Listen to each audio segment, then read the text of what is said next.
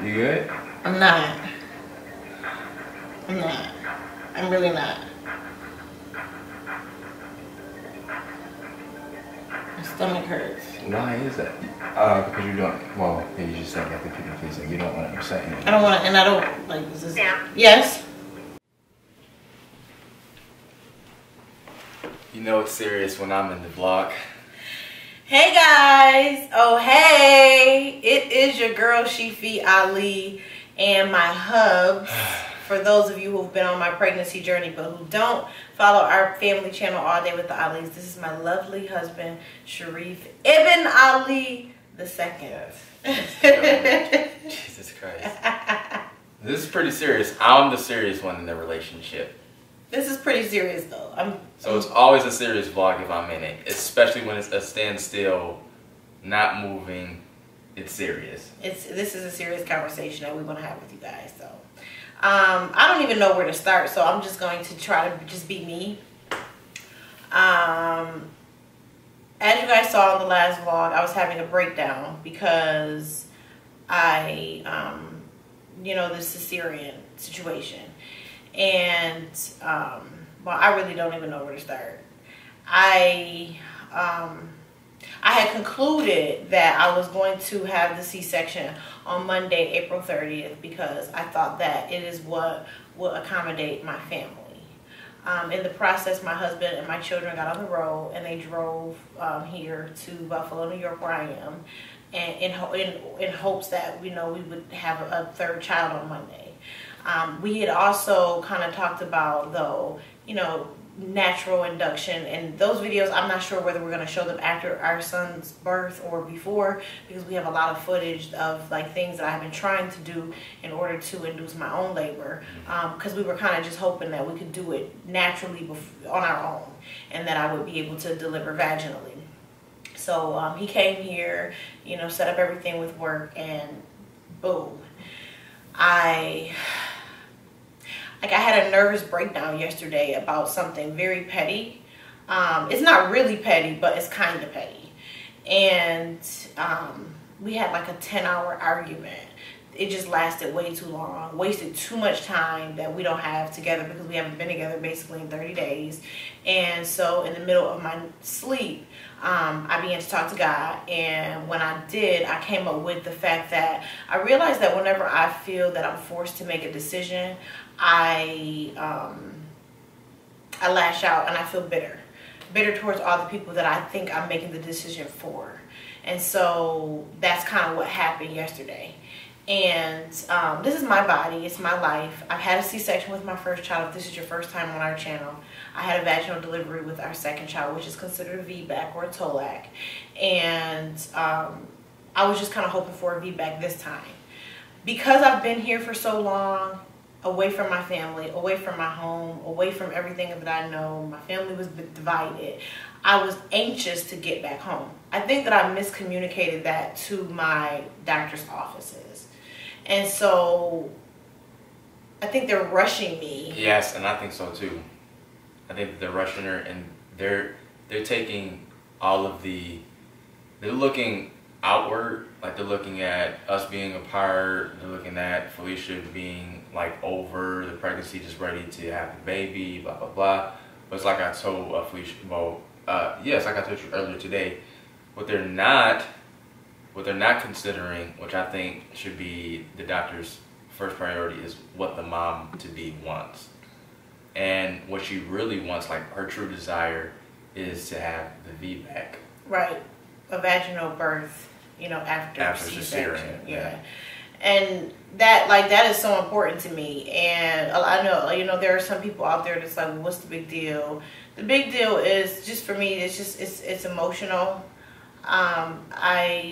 Yeah, and I'll tell you, we had a C-section before with our first child. So this is your first time. Had a C-section with our first child. Felicia wasn't able to hold him like for going on 2 hours. I had to hold him like next to her face. That was awkward because she was shaking and all that. Had hypothermia. Right, yes. Then like also they weren't able to, he latched, thank God, but it couldn't be initially. You know how the whole thing goes. The baby gets lifted up. You only see the baby for about 1 second, and they have to take him to the dryer. So I'm spending all this time with him. And yeah, like the little hot heat. The lights. That thing, yes. You know, like all that's happening, and you can't touch your baby. Like she literally could not touch him. And I couldn't look at him straight up. I had to look at him to the side. And, you know, I mean, no shade to the C-section. You know, we've been through that, but we've also had a Vbac with Saya, our second child. So Sharif, our first, and then Saya, our second. And the experience totally different. Totally different. Just totally different. You know, so that's the route we want to go. Like, that's the emotional end. Yeah, that's the emotional end. On the physical end, there are so many drawbacks to having a cesarean that people don't know when they go in for it. Right. First of all, many times when you're induced, many inductions, not all, but many inductions do lead to C-section. One medical treatment leads to another medical treatment. So they were giving me all this Pitocin with my first child, and my body wasn't catching up with the Pitocin, so my son wasn't descending. I was dilating, but the baby wasn't descending as fast enough. So that's why I ended up needing to have a C-section. It wasn't that he was too big. It wasn't that my body wouldn't, you know, it didn't work. It just, he wouldn't descend because they gave me too much Pitocin too soon. With my second child, she didn't descend either until 2 hours before birth. I was in labor for 12 hours with our daughter. 10 of them, I was just contracting. And for 2, I was pushing because she was so high up still. So apparently, my kids don't descend. You know, so that's fine. I got it. So what the doctors are saying now is because I'm 2 centimeters, my cervix is still thick, and my son isn't descending, they're saying you need to have a repeat C-section because there's a 1% chance that you can rupture if you continue to contract on the C-section. On the C-section, And I'm like, but I'm technically not due yet. So let me take you guys through our journey. I got pregnant August 3rd. From August 3rd until April 26th, that's 40 weeks. But because the way the doctors do it, they include your period week and your ovulation week, they add 2 weeks to that. So according to my doctor's office, I won't be 40 weeks until Monday. So I'm like 39 weeks in 5 days right now. Right. Why are you forcing me to have a C-section before my actual due date, according to you all? Right. You know, I've watched YouTube videos. I have 2 girlfriends. One gave birth at 41 weeks, 6 days. And that was her first child. Her second child came at 40 weeks, 2 days. Another one of my girlfriends had a C-section. These women both had their first time C-section. Her baby came, and her second child came at 40 weeks, 5 days. And her doctor wasn't forcing her to have a cesarean. She wasn't talking about, you know, all this. And there are many variables. Like one of them had she was 2 centimeters dilated, but her cervix was thin. You know, mine is thick. So I'm not saying that my doctor's office is wrong. I don't know. I'm not a medical professional, but I do have faith. And I know that I don't feel labor. I just don't. My breasts are not swollen or engorged. They're not. Like, I've had 2 children before. It's hard to explain if you've never had a child before, but you just feel like when I had my daughter, I felt labor. The whole day before, I was just like, this is weird. You know, it just, I felt finished. I don't feel finished. I'm not happy about that. In a perfect world, he would come right now. But.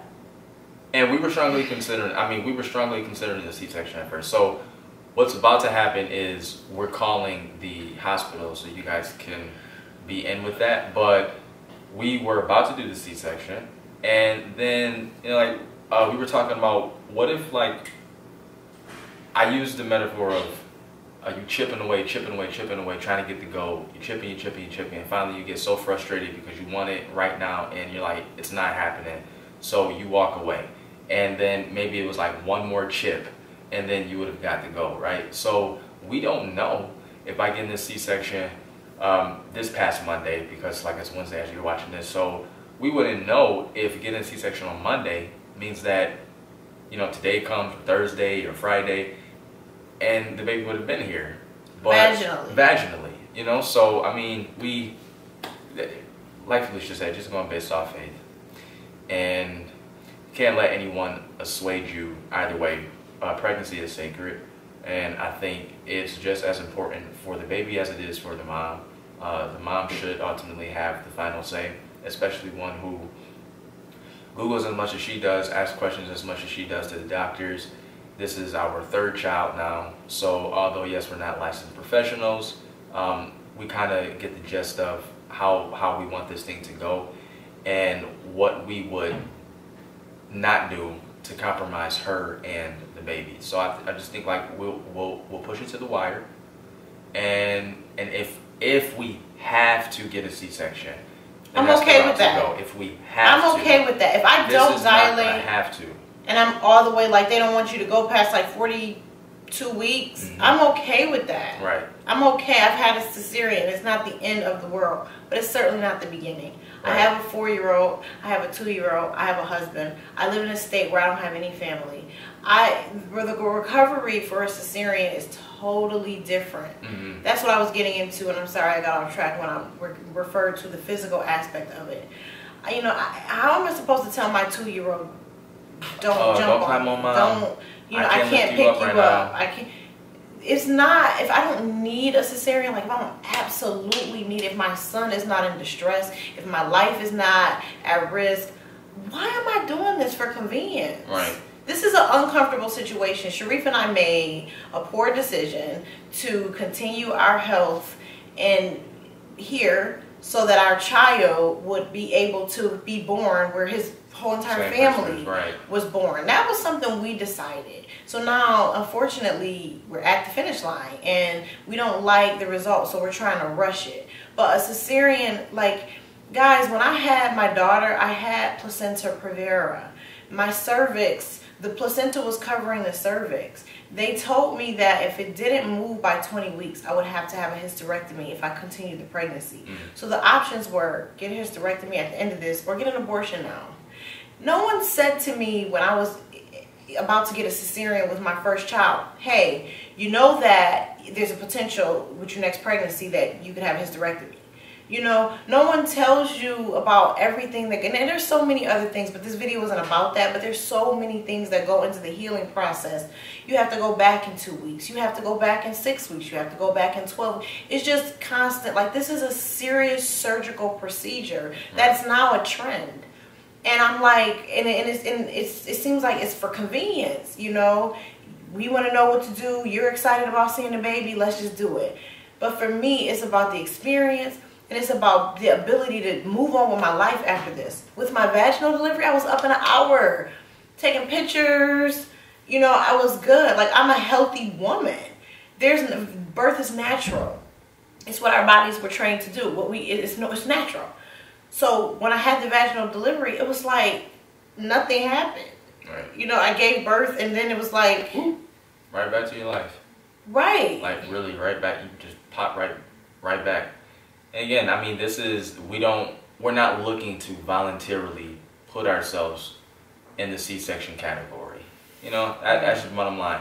If we have to get it, then it has to happen, and then we'll experience all the stuff that she just talked about as the afterwards. You know, and I would be okay with that. Yes, we'd be okay with it. But to just say, okay, let's get the C-section out of the convenience of it. Let's dismiss all the aspirations that we had throughout this whole pregnancy, and we've been apart. It seems like more than we've been together in this pregnancy. So that was a sacrifice that we made, all for us to sign up for an appointment and get cut. I wouldn't have had to be here this long if that was the case. Yeah, that was the case. You know? We just wouldn't. And I just don't, at this point, I don't trust anyone but God. But God. And so I'm leaning on God for understanding. Like, I literally pray, and I'm like, one of my girlfriends, shout out to Pumpkin, and she called me and she said, God is not the author of confusion. And at the time, I took that as a sign that, you know, because everything was just aligned. Like, the baby could be born Monday. He has a dentist appointment Tuesday. The kids could go to their doctor appointment Friday. We could be on the road, you know, home Saturday. And he had to be back to work Tuesday the 8th. So it just worked out. So I thought that's what her theme. She prayed for me so good. Thank you, Pumpkin. She prayed for me so good. And what I got last night was, no, God is not the author of confusion. All this in my head It's making me a horrible partner. It's making me a detached mother. It's making me like I'm not connecting with my homegirl. I'm just disconnected. And it's because my brain is just like, whoa, you know, with all of this. And he's not the author of confusion. So I'm going to have to be patient and allow my body to do what it's going to do. And I swear I trust God. If at the final end I'm still not dilated and they have to, you know, give me a cesarean, I will be okay with that. But it's, you know, you get 99 no's and then one yes. And it's just that one yes that propels you forward. And so this is the 99 no's. You know, we made it difficult for our family, and so we're dealing with that. But to just throw in a towel at the 9th hour, I'm not a quitter like that. I just can't do it. So I would ask that you guys would pray for our family, continue to, you know, really go before God and on our behalf, because this is turn it around and make something good situation. And all the arrows point in a direction of just go ahead and get a C-section and get it over with. But my heart just won't let me do it. It just won't. And it's just my heart is just not, it's just telling me it's a bad decision. So we wanted to give you guys that update and kind of let you know where we stood with things. And now we're going to go ahead and cancel. And I'm so nervous. First of all, I'm a people pleaser. I don't want my doctor's office that I've had such a lengthy relationship with, I don't want them to be mad at me because I'm messing up their schedule. But I have to do this. I have to cancel it. Second of all, my husband is going to get on a flight and leave me again. And the potential for me to go into labor and he misses present again. This has me like, really, I'm scared. But what I've learned about the toughest things in my life were the things that I had the most fear about. You know, moving, relocating, that was like huge for us. And we've told you guys several times before that this baby is born, we think, from a place of strength. And my husband suggested that he thought that either way I was being strong, like having a cesarean or not. And I explained to him, no, I'm a people pleaser. Sacrifice is something that I was raised to do. So sacrificing is not difficult for me. What's difficult for me is standing on my own 2 feet and standing up for myself. For your standards, right? Right. And so I'm really afraid to do this right now. I'm like, what if they're mad? What if, you know, when I do go to have a C-section, if I have to, what if they cut me because they don't like me because I'm playing games with them? What if they think I'm immature? When the reality of the situation is, it's my life, it's my body, right, and it's my baby, right, and it's my God. So just like he gave me who he gave me for my first cesarean, I thank her very much for her work. I'm gonna need God to stand in on this time as well. And so I'm gonna call and cancel, guys, but I'm really scared. The only thing I can do is either leave a message for the office or leave a message for, you know, our pager on-call doctor. So I'll let them know that you're scheduled for a C-section on Monday at 7:30 a.m., but you want to cancel it, and you just wanted to let someone know, you know, for scheduling so that they could reschedule if there's somebody else. Does that sound like a good description? That sounds like a good description, but could you also have her call me? Okay, I'll ask the on-call to give you a call back, okay? Okay, but are you still going to leave that message as well? Well, I'm going to say here, you're scheduled for a C-section on Monday, you want to cancel, and you also want to speak to the on-call doctor. Yes, that's perfect. Okay? Okay, thank you. Thank you. Because what I'm having right now is pressure pains. I've been having them for 2 days. Maybe that's dilation. Possibly. I need to know something before you go home. I was going to go to the hospital either way. Right. Maybe I should go to the hospital. We should go to the hospital right now. What do you think? Just to see. Whatever you want to do to ease your